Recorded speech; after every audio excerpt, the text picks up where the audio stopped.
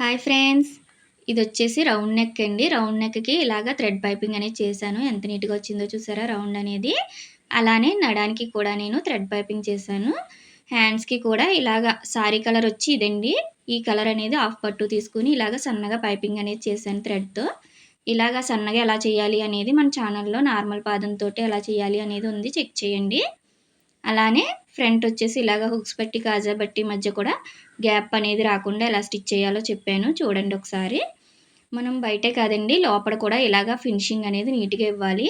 చూసారా side joint అనేది ఎంత నీట్‌గా ఉందో, బయటికి మనకి ఇలాగ దారాలు అనేది రాకుండా.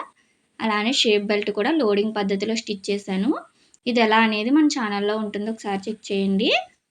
అలానే సైడ్ జాయింట్ దగ్గర కూడా మనకి ఇలాగ ప్లస్ సింబల్ అనేది వచ్చిందంటే చంక దగ్గర మనం స్టిచ్చింగు, కటింగు పర్ఫెక్ట్‌గా చేసినట్టే. ఇలా కుట్టాము అంటే కస్టమర్స్‌కి చాలా బాగా కుదురుతుందండి.